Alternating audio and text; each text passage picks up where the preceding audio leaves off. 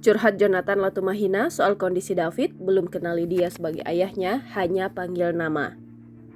Jonathan Latumahina kembali mengungkap kondisi David terkini.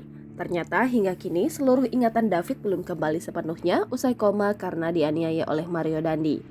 Meski kondisi David sudah membaik, nyatanya David belum mengenali sosok ayahnya, Jonathan Latumahina.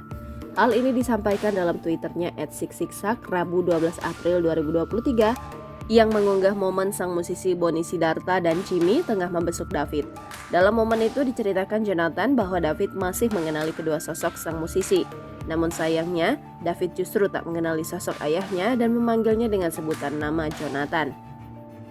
Kondisi David saat ini yang makin menunjukkan perkembangan baik, ia kini terlihat sudah bisa bicara. Sebagaimana diketahui, David mengalami koma dianiaya oleh Mario Dandi dan kawan-kawan yang terjadi pada Senin 20 Februari 2023. Penganiayaan ini diduga bermula dari aduan mantan kekasih Mario, APA, soal perbuatan tidak menyenangkan David ke AGH. AGH sendiri merupakan kekasih Mario Dandi.